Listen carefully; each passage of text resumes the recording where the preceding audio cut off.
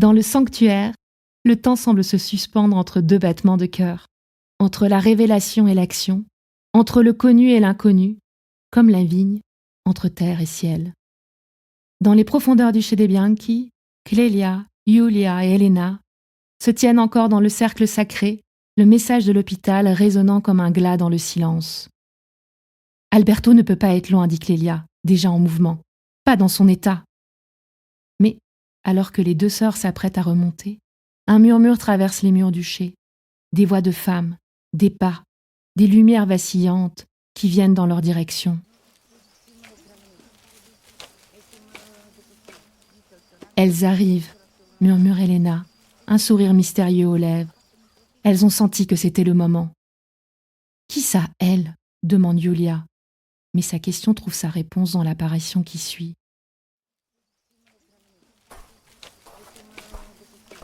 Une à une, comme des ombres prenant vie, les femmes du village entrent dans le cercle. Certaines portent des tabliers traditionnels brodés de symboles anciens. D'autres, des blouses de laboratoire, un mélange saisissant d'ancien et de moderne. Leurs visages racontent des histoires différentes. Les plus âgés portent les marques du temps comme des médailles d'honneur, les plus jeunes brillent d'une sagesse inattendue. Chacune porte une bougie et une petite fiole de verre ancien. Leur arrivée est à la fois solennelle et inattendue. Ces femmes, invisibles depuis tant d'années, surgissent comme une vague silencieuse, prêtes à transmettre une mémoire collective que personne ne leur avait jamais demandé. La plus âgée d'entre elles s'avance. Ses mains noueuses portent les traces d'une vie passée dans les vignes. « Nous avons toujours su, dit-elle en italien. Nos grands-mères, nos mères travaillaient avec Clélia Antonia. Le cercle n'a jamais été rompu. » Elena traduit pour ses nièces, mais les mots semblent presque superflus. Quelque chose de plus profond se communique ici, une compréhension qui transcende le langage, comme la terre qui nourrit la vigne sans un mot. Mais Alberto, commence Clélia, tiraillée entre l'urgence de la situation et la magie du moment. La vieille femme pose sa main ridée sur le bras de Clélia. « Ton grand-père ?» Elle cherche ses mots enfoncés. « Il est où il doit être. Maintenant, écoute, comprends. Il y a quelque chose que tu dois savoir avant de le retrouver. » Le vin médicinal, celui que Giancarlo a perfectionné, n'a jamais été qu'un outil. Ce qui le rend si puissant, c'est ce qu'il porte, une intention de guérison. Mais il y a plus. Une des femmes, portant une blouse de laboratoire sous son châle traditionnel, s'avance. Elle explique que Giancarlo avait découvert que l'algue bretonne utilisée dans le vin contient des adaptogènes naturels. Comme des clés universelles, dit-elle, ces substances s'adaptent aux besoins spécifiques du corps, renforçant ce qui est fragile, apaisant ce qui est enflammé, exactement comme la vigne s'adapte à son terroir. Elena poursuit, tissant le pont entre science et tradition.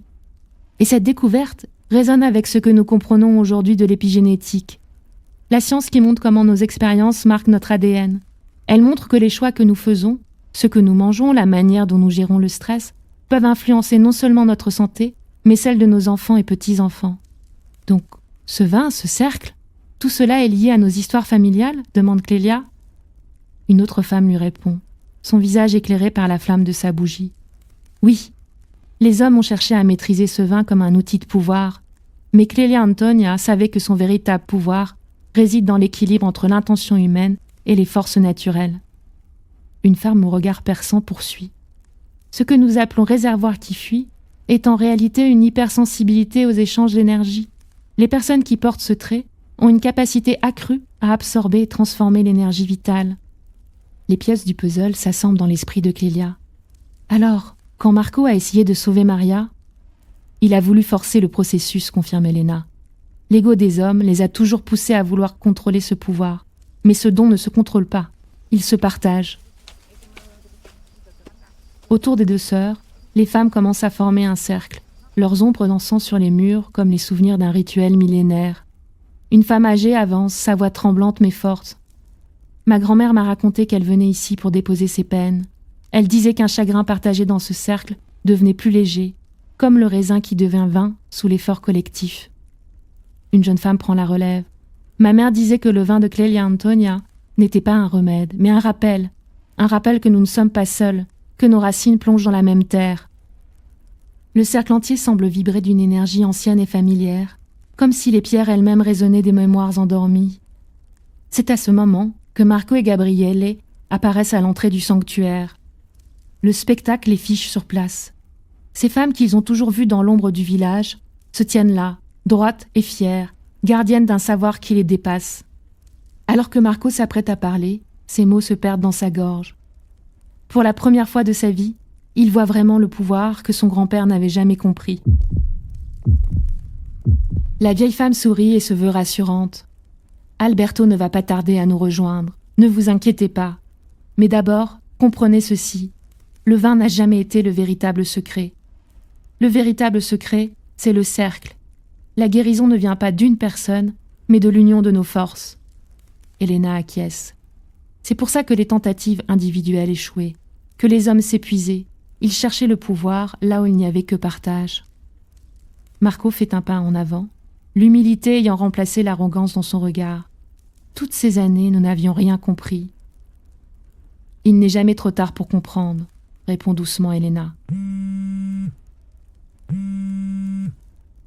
Un message de Giancarlo fait vibrer le téléphone de Clélia, son écran illuminant brièvement les visages dans l'obscurité. Je suis en chemin avec Alberto. Les femmes du cercle échangent des regards entendus, une connaissance ancienne brillant dans leurs yeux. Elles savent quelque chose qu'elles n'ont pas encore révélé.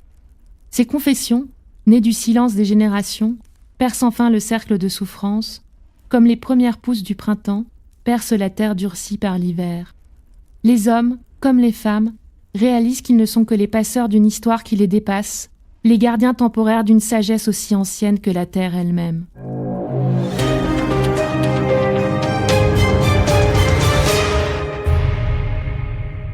Alors, quand la science rencontre la tradition, est-ce la connaissance qui éclaire la sagesse ou bien la sagesse qui guide la connaissance ? À tout de suite dans la newsletter et à demain pour la suite de la saga.